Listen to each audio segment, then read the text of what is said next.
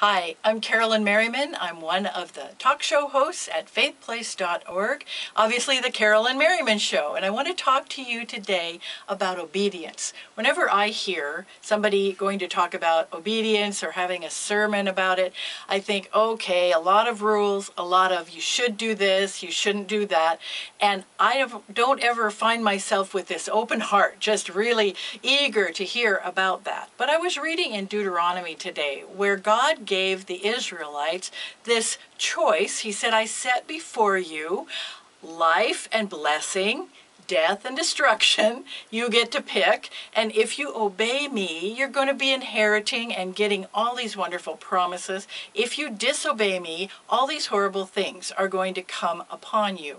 And I began to look at it a little bit differently, where God's heart, just like a parent's heart, says if you don't play in the middle of the road, you're going to have lunch later and you're going to have wonderful things happen. If you play in the middle of the road, you might go to the hospital and lose a leg, etc.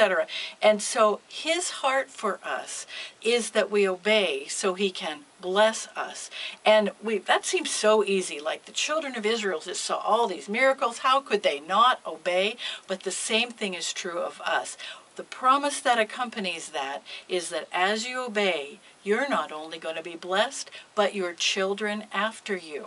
And I want you to think about that as you learn that this loving heart of God has given you rules, has given you admonitions about things to do and not do. It's not just making it better for you.